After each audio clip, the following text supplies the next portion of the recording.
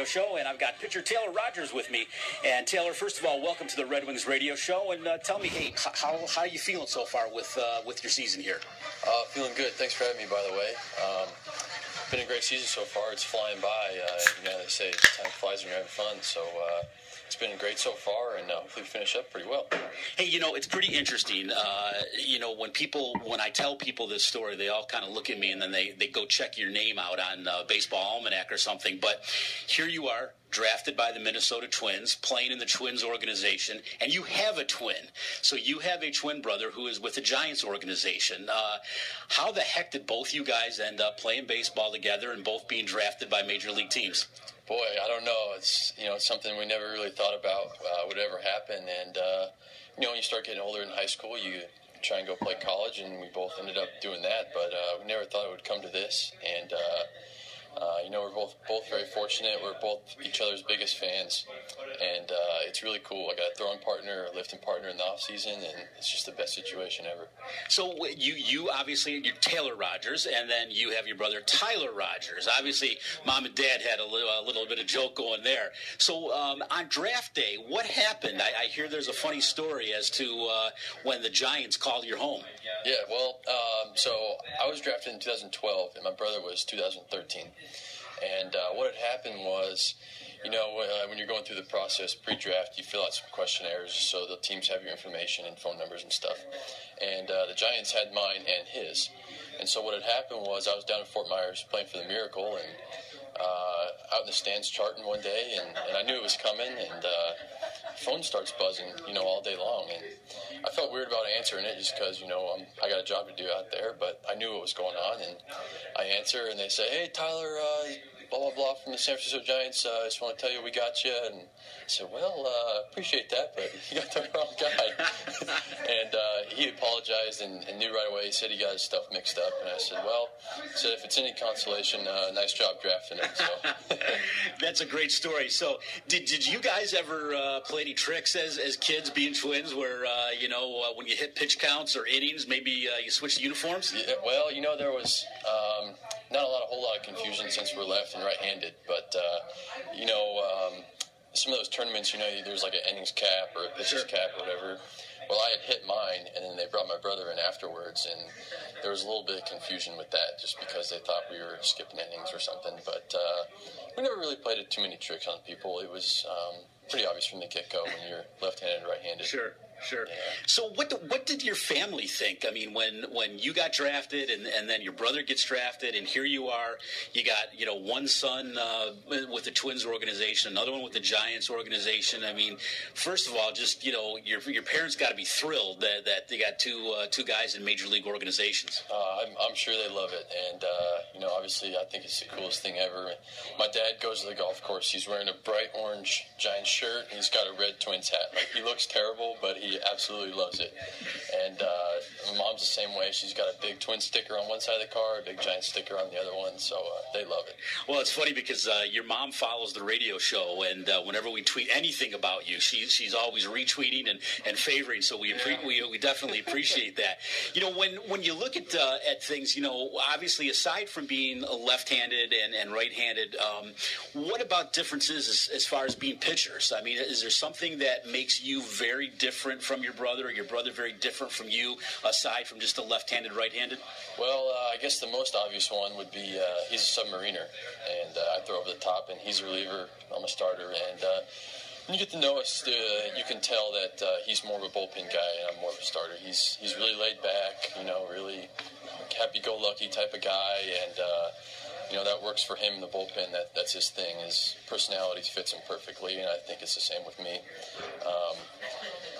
We talk pitching all the time, over the off season, and do those late night pitching talks where the game seems so simple at that point. But it's cool. He's got a different style, throwing submarine. We talk how simple he should make his craft, and he does the same back to me.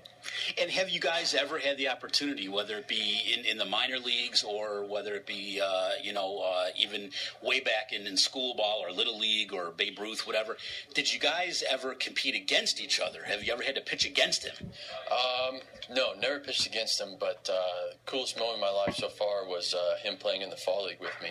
And that was great. And he had changed throwing underneath in college. So I had never got to see him throw live underneath, and he came in one day against our team. So I came sprinting down from the bullpen to come watch him throw, and that was really cool for me to watch that and, see how far he's come with doing that. I have to imagine, and I'm going to ask the question because you got to ask it. Have you ever thought that someday there's Taylor Rogers pitching in a Minnesota Twins uniform, and there's Tyler Rogers pitching in a San Francisco Giants uniform? And I'm not talking exhibition. I'm talking major leagues, interleague play. Have you ever thought about it and what it might be like? Boy, I think about it all the time, and I think it's one of those things where, you get excited about it, thinking of it, and I think if it would actually ever happen, it would be something you wouldn't be able to explain. The other thing I think about, too, is maybe the Twins on the Twins. That would be very ironic, But, you never know what can happen in the future. We'll just both, keep working hard at what we're doing now, and, maybe we'll run into something pretty cool. Now, if that ever happened, where it was you in a Twins uniform or your brother in a Giants uniform during a game, you think your dad would wear the orange and then the Twins hat? Absolutely. He would probably go with shorts and everything. Who knows what he would do, but... boy, I think that'd be cool to get one of those half jerseys, Absolutely. I'm sure there'd be a lot of that stuff going on. So you said that you guys you have an automatic training partner. What do you guys do in the off season to keep training? And is there a lot of difference in what the Twins want you doing and what the Giants want him doing? Yeah. So we get packet every off season, and so does he. And we kind of just combine them too. The two of them, we look over and see what kind of lifts we like and which ones we don't really like so much, and just kind of make a program for that day. And, we all start throwing on the same day. So our birthday is December 17th, so that's our first day of throwing. We make that a birthday present to each other. So that's kind of our thing, and a nice day to start throwing. Very good.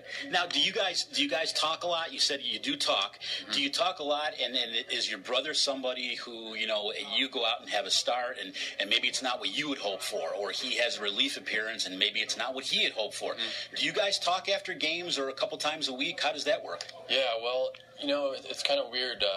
You have a best friend growing up that you talk and see every day, and then now we're at this point where I'm on Eastern time and he's in California, so it's getting hard. Like, once I get to the field is right when he's waking up. And, like, last night, his girlfriend's the one that tells me when he comes in to pitch. Last night I woke up to a text. It's 1:45. He's going in the game. I'm like, whoa, I can't really watch that right now.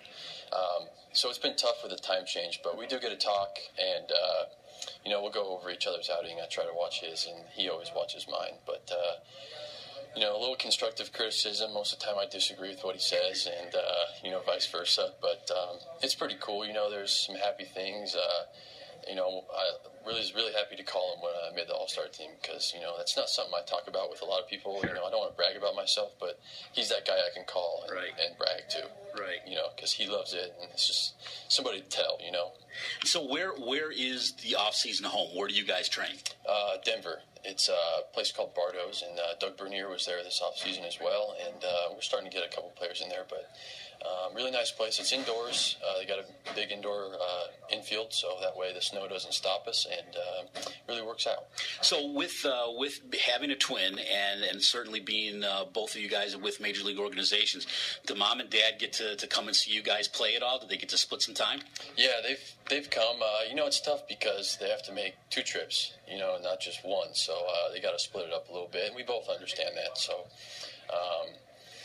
those trips aren't really cheap. Sure. And some of these places are hard to get to and all that. So we understand it, and they've done a great job, putting road trips together, all that type of stuff. So. Well, I would also say they've probably done a pretty good job of raising two good guys and two future major leaguers. So we appreciate it. Taylor Rogers with us on the Rochester Red Wings radio show. We appreciate your time. And when we come back, Josh Wetzel will be with us and the Red Wings Insider Report.